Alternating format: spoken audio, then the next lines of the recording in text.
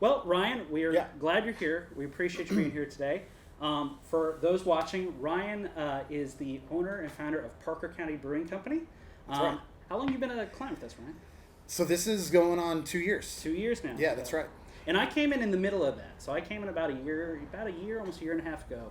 A little bit more, actually, I think. And I got to say, like, working with you guys, you know, we get to work with a lot of different clients, but you guys are particularly really exciting because you let us do some really cool and different stuff. One of my favorite things that I've gotten to work on is for your beers, you know, when we create new logos, like I get to kind of write and create like lore for those beers, like Tall Tales. Oh, that's right. Yeah. And, you know, that's one of the things that like I really get to enjoy because I come from a creative writing background.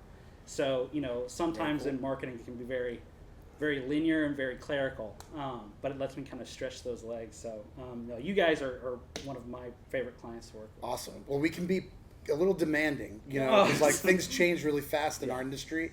And so being an independent restaurant, an independent brewery, you know, when we have an idea that we need to go and change things, you know, it's kind of like we have the ability to do it within a few weeks, and it just keeps everybody on their toes. Well, and to be fair, you know, I appreciate that credit, but that's kind of our industry. It changes really, really quick. So, you know, I appreciate the forethought on that because not a lot of people do consider that, but, you know, it's our industry. So for sure. Just comes with the territory, my friend. So what do we got in front of us? We got one of y'all's key products at Parker County Brewing Company. Flights. Yeah, this is a beer flight. So you get 4 5-ounce tastes of any 4 beers that we make. Okay. And so you can mix and match, try all kinds of different beers. You can get 2-3 flights and try every single beer we make all in the same day. Now, range-wise, how many beers do you guys usually have at your location? Somewhere between 17 and 20. 17, 20? Okay. Yeah, which is quite a lot, you know, for a small brewery like us to have that many varieties of beer on draft at the same time. So we're really proud of that variety. Yeah, and we're really proud of the work that you guys are doing over there. Every one that the team's gotten to taste, they've all absolutely loved. But it's exciting for me today because I'm usually more of a liquor guy. Yeah. You guys just had a cocktail, so every time I go, like, I always get a cocktail, but today you brought some beers for us to try. That's right. What we're going to do is you're going to choose which beer that both of us are going to try. Okay. As we're trying it, you're going to tell me a little bit about it.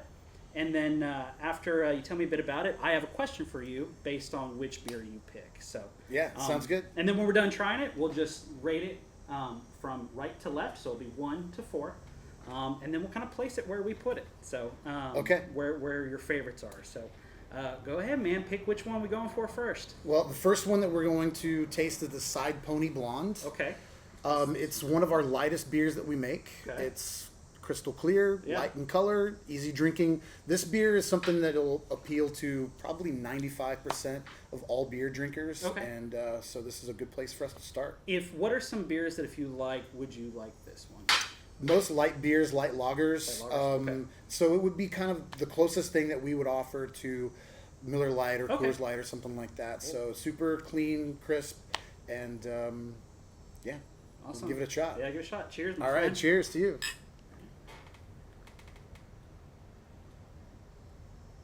Oh, I see what you're talking about. It's very light. Yeah, very light. Yeah. You know, I love a good light beer when it's summer. Yep. And when it's hot out, like by the pool. There's plenty of summer here in Texas. Yeah. Okay. I'm ready for summer to be over. Yeah, no doubt. So, but no, this one's good. I don't know, because you got a bunch in front of me, so I don't know which one we're going to rate it at just yet. You're going to have to take a shot in the dark, man. I'm safe. But because I feel like you got some more creative stuff on here, then kind of like the safe choice, which is Side Pony. So I'm going to go 4 for now. All right. Where's that one for you? Well, I mean, I know what all these beers taste like. So I'm cheating because I know. That's why I need to go first and you can go second. Yeah. So this will be a 3 for me. That's a 3 for you. Okay. Yeah.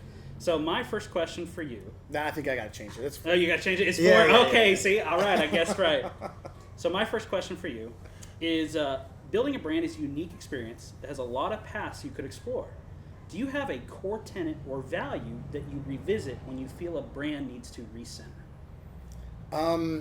Yeah, I'm actually going through that right now. So we do have some core values that guide us on all the decisions that we make. And so the first one in our core values is excellence. It wasn't originally part of our core values. I added that about 2 years after I wrote our core values for the business. And the reason that I changed it and put excellence as number one is because pretty much every time that I was confronted with a decision to either buy cheaper ingredients or maybe cut a day or two off of the fermentation process, speed things up a little bit, I always was choosing what is better tasting, what's better for the customer, instead of what's faster and cheaper. So I always kind of declined the easy road, and I always went for what is going to be the best possible thing we can create. So excellence is going to be the first place I start.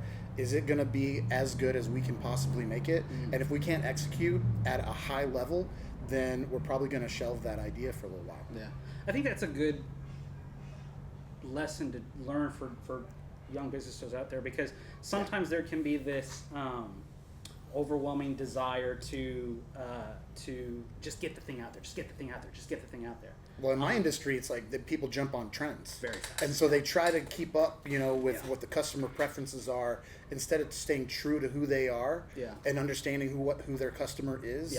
So they pivot, and sometimes they just miss the mark because they're trying to change too fast. We call it like whiplash a little bit. If there's a lot of trends we could follow, but if we can't execute that at a really high level every single time, then we're probably just going to say that's not for us. Well, fortunately, you got a good marketing team to help you kind of sort through those trends. There you go. And tell you which ones to stick with, and which ones to kind of let go. So, all right, cool, awesome. So, which is our next beer? Which one do we? All right, so the next one is going to be the Oktoberfest Lager, which is Lager. this one right here. Now, is there anything unique about the brewing process for this one versus the other beers? Yeah, well, so all the other beers on this are ales, and this one is a lager. A lot of people kind of get the terminology mixed up a little bit about ales and lagers, don't really understand what that means. And I'm that guy. Yeah, it's all good. I mean, really all it means is that it's a colder fermentation. It takes a lot longer than ales do, and you get a little bit more of a drier, crispy flavor. Dry in our industry really talks about the lingering aftertaste of a beverage once you've finished drinking it. So the longer it sits on your tongue, then it's not going to be dry. Dry disappears quick. Yeah. So you can, contrast that with dry wines. It's like, oh, that's gone. Right? It's like, now I'm ready for another sip because that one's gone. But some whiskeys that you might drink, I mean, you can probably taste that an hour later. And you're like, oh my gosh, it's still here. And that's the opposite of dry. Yeah. All right, cool. All right, cheers. Brother. Oh, that's good. That's really good. This is probably the best Oktoberfest we've ever made. This is really good. I'm not kidding. My dad would love this. Yes. My dad, my dad likes dark beer a lot. And this would go perfect with like a dinner that he has. Or are there any items on your menu that you think this pairs really well with? I mean, our pizzas for sure. Yeah, I mean, all the beer pairs well with the pizza, but this one, you might even taste like a slight sweet biscuit flavor to this, which comes from the German malts that we use. And so the sweet biscuit paired with our pizza crust, that we make by hand. I mean, that's probably what I would go to. Yeah, I will say, like, on y'all's menu, something we always get every time we're there is either your pretzels or your cheesy bread. Yeah. Like every time we go, and me and Brittany, my girlfriend, we anytime that like I mentioned like I'm going out to Parker County, she's like, can you bring something home, or can you like, oh, hey, is it work dinner? Can you bring somebody? So like she loves you guys. So now I think I'm gonna place this. You're right. This would go really. I love pairings. So like I would we'll go two on this one. That one's really good. I'm gonna go one. You're gonna go one. Yeah, all right. Man, that's your favorite, huh? Yeah, it's the time of year. It's that's true. September, October. Yeah. It's getting me ready for the fall. I mean, there's nothing wrong with this beer. It's fantastic. All right. So the question. And I'm biased, right? You are a little biased, but that's okay. I mean, listen, truthful. You're also the expert, so I'm going to trust your word on that. I'm eyeing this one. I know which one that is. Yeah. I'm eyeballing that one. That one's looking good to me. So. All right. So the next question I have is, has being a business owner changed a belief or idea that you held before, or perhaps caused you to adopt a new one for yourself the longer you've been a business owner? That's a deep question. I think self-reliance and trying to trust your gut. Yeah. I've always been an introspective type of person. Yeah. And when you own a business, you can really get caught in the weeds by second guessing yourself a lot. Yeah. And I think that after 8 years now, seeing the success that we've had based on some of the gut instincts that I made early on when I was really naive. Yeah. I really didn't know what I was doing the very first year that we started the brewery. So everything was instinctual, and it just turns out that some of those decisions I made early on turned out to be the right ones. I mean, our customers respond. Some of the beers that we made that very first year, we still make today, and it's one of our crowd favorites. So I think it's just that trusting your instincts, trusting and that you know what your customers want and that you can continue to deliver that, because you can really start second guessing yourself and get way off track pretty quick. I'm sure, especially like you said, the longer, kind of tying into our last question a little bit, the longer that you've been a business owner, the lure to kind of like change some of those core tenets that we talked about earlier, it kind of ties into that a little bit, and I can see how it can be tempting, but also like navigating which one and which option is the best. So it's not about being stubborn necessarily, but it's just about trusting the process of how you got to where you are today. Yeah. And there's going to be times where you're tested because revenue could drop or customer preferences change slightly, and you start to reconsider all the decisions you make. Yeah. And in those moments, it's hard to stay the course. Yeah. So try this again. So we have 1879. Right, the 1879 Prohibition Ale. So this is named after the last year that there was a brewery in Parker County. It was 1879, and then 140 years passed, and there was no brewery until we opened our doors in 2018. Oh, wow. And so the inspiration for this is my attempt at recreating a beer that I think that they would have been drinking back then. Wow. So, almost all the brewers that were in America in the late 1800s were of German descent. Okay. So it's got a lot of Munich malt and German Pilsner malt. It's got some noble hops, and this was kind of the color, this like brownish copper color. It's just my kind of take on that revival. I really like the color of this one.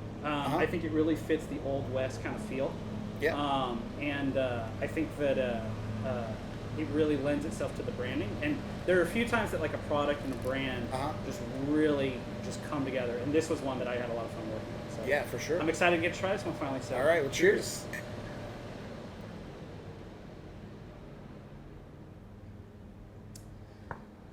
Man. Yeah, it's really good. Oh, man. I might like that more than the Oktoberfest. I really might. And it's weird because like I'm really not like a darker beer guy. That's like I said, that's my dad. He loves it. This is really good. If any of the beer nerds watch this, they're gonna kill you for saying this is a dark beer.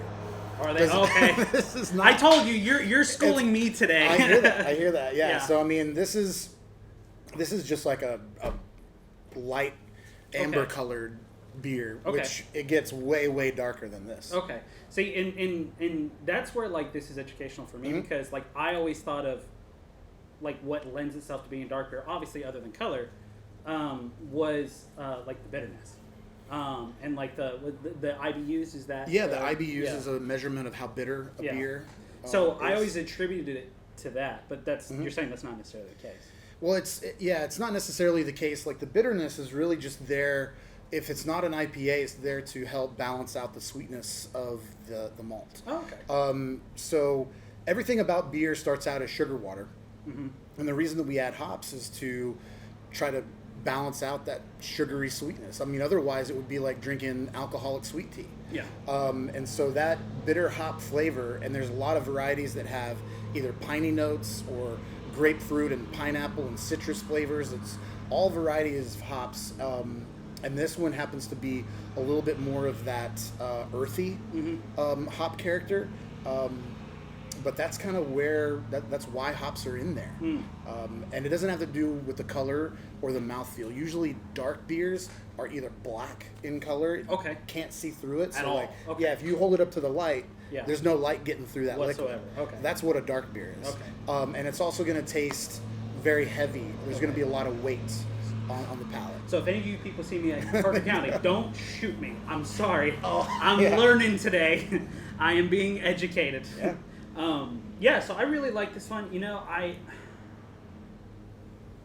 this probably would be number 2, but because I'm lame, and I have a feeling that one's going to be my favorite. Yep. I think I'm going to put this one at 3.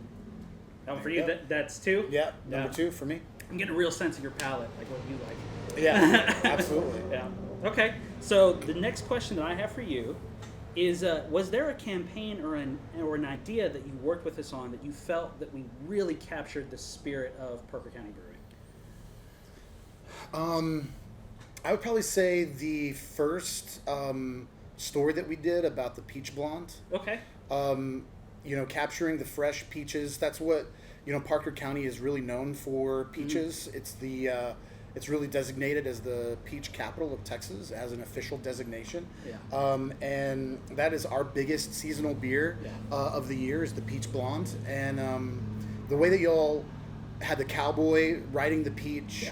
Yeah. And just the whole imagery of the character that you created, I really think that fits a lot with our culture in Parker County. I really enjoyed that one as well, just because of the fact that that was the one that felt the most tall tale.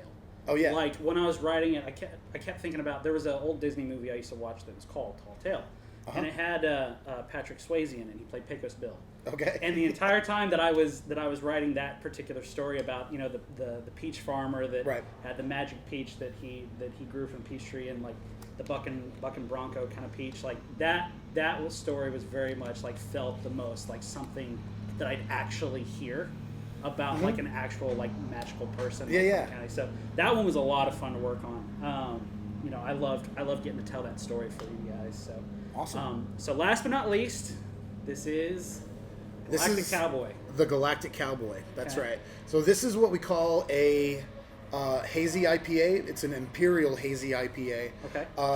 And the word imperial just means that it's higher alcohol percentage. Okay. So we have other hazy IPAs, but they're at lower alcohol, and this one is almost 9%. It's like 8.8% alcohol. Okay. And then the haziness obviously kind of comes from the visual aspect of not being able to see through it. But not a dark beer. It's opaque. Yeah, that's right. But not a dark beer. It's okay. not dark. Yeah, that's right. So it's not Yeah. brown or black Gotcha. or anything like that. So